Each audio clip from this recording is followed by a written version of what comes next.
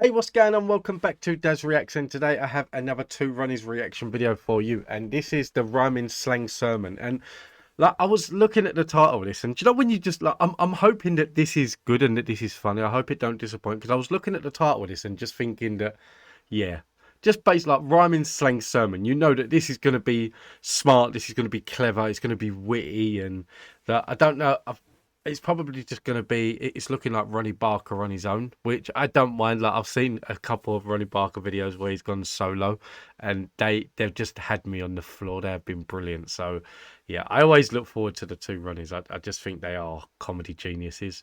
So yeah, so we're gonna get straight into this. If you're a fan of the two Ronnies and there's any other videos you want me to react to, then let me know in the comments down below, and I will get round to doing it. But until then, enjoy.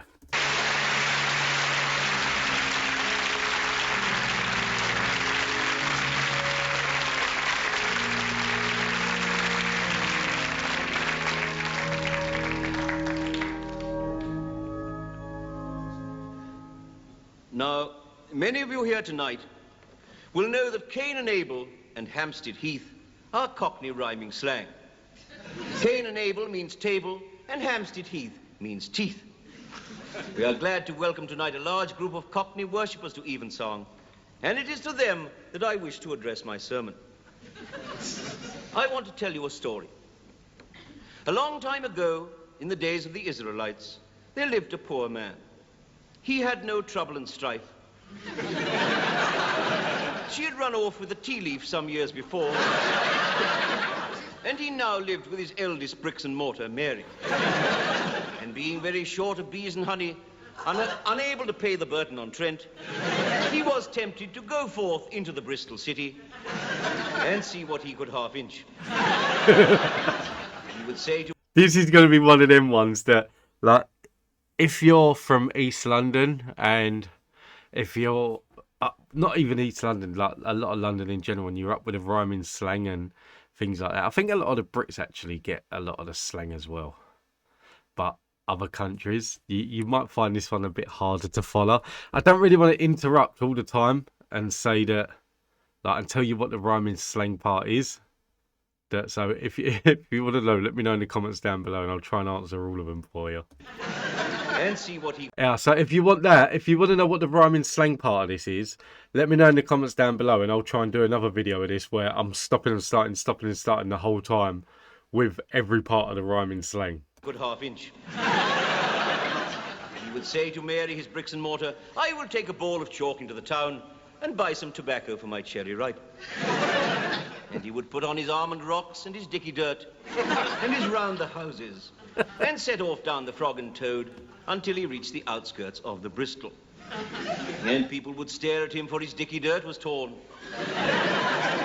His howdy-doos were full of holes. And his coat was very Westminster Abbey. He was also somewhat unclean, being too poor to purchase any Cape of Good Hope. His bushel and peck was extremely 230. And people passed by on the other side to avoid the pen and ink. He was truly an ugly man. His north and south drooped, his mince pies were watery, and he had a big red, I suppose. One day his bricks and mortar... He had a big red, I suppose. His north and south drooped, his mince pies were watery, and he had a big red, I suppose. One day his bricks and mortar gave him some money, saying, here is a saucepan lid, go and buy food, a loaf of Uncle Fred and a pound of Standard Ease. Could you imagine if we spent our whole life just talking Cockney rhyming slang? Honestly, that when I lived in Finland, I actually had to do it. That we done like an essay of where you're from, and I done it with this guy. So I'm from East London, and he was from Southwest London. So we had to do it, and even like with some of the rhyming slang, like he was older, like probably like in his 50s at the time, and even he didn't know like a lot of the rhyming slang, and he was like, yeah, we'll do Cockney, not realising that like because we're doing Cockney, like I'll have to do all the bloody work. But yeah, a lot of the rhyming slang he didn't actually pick up on either. But do not tarry in the town. confused the shit out of the Finnish people. I'm not gonna lie. and bring me back what is left of the money to buy myself some new underwear. I need a new pair of early doors. For my present ones are full of holes, and I am in a continual George raft.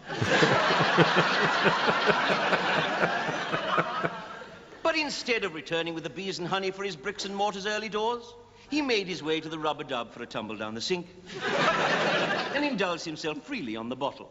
And he became very Elephant's Trunk and Mozart.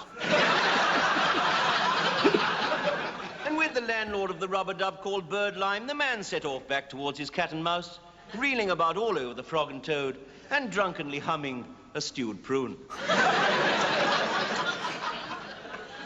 And it came to Khyber Pass that as he staggered along, he saw on the pavement a small brown Richard III.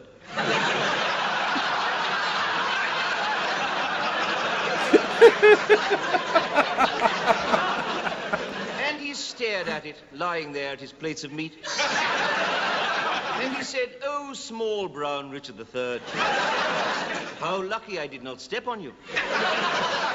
And he picked it up, and he put it on top of a wall where no one could step on it. And a rich 4x2-ish merchant,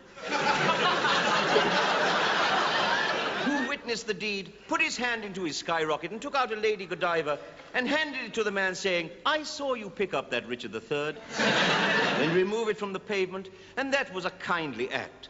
Take this Lady Godiva for your froth and bubble." And the man took it and went on his way. Take this Lady Godiva for your froth and bubble. I'm not gonna lie. Obviously, I know what a lot of these rhyme with, but a lot of them I've not heard either. And the Richard III flew back to its nest.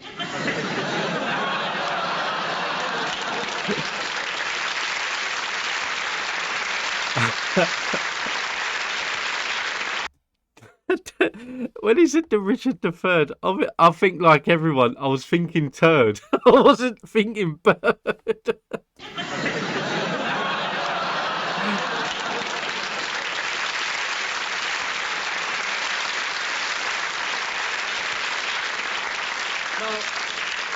When the man arrived home, his daughter was sitting by the Jeremiah on her favorite Lionel Blair. And she arose angrily and said, "Once again you come home, Elephant's Trunk and Mozart. You have spent all the money I gave you. Now I cannot have my new pair of early doors. Neither can I have wine, as you do." And the man said, "Fear not, here is a Lady Godiva, which I earned by a kindly act." And the woman was overjoyed and said, "Thank you, father. Now I can have my pair of early doors. Verily, that kindly act has ensured that I have more than enough to cover my bottle and glass."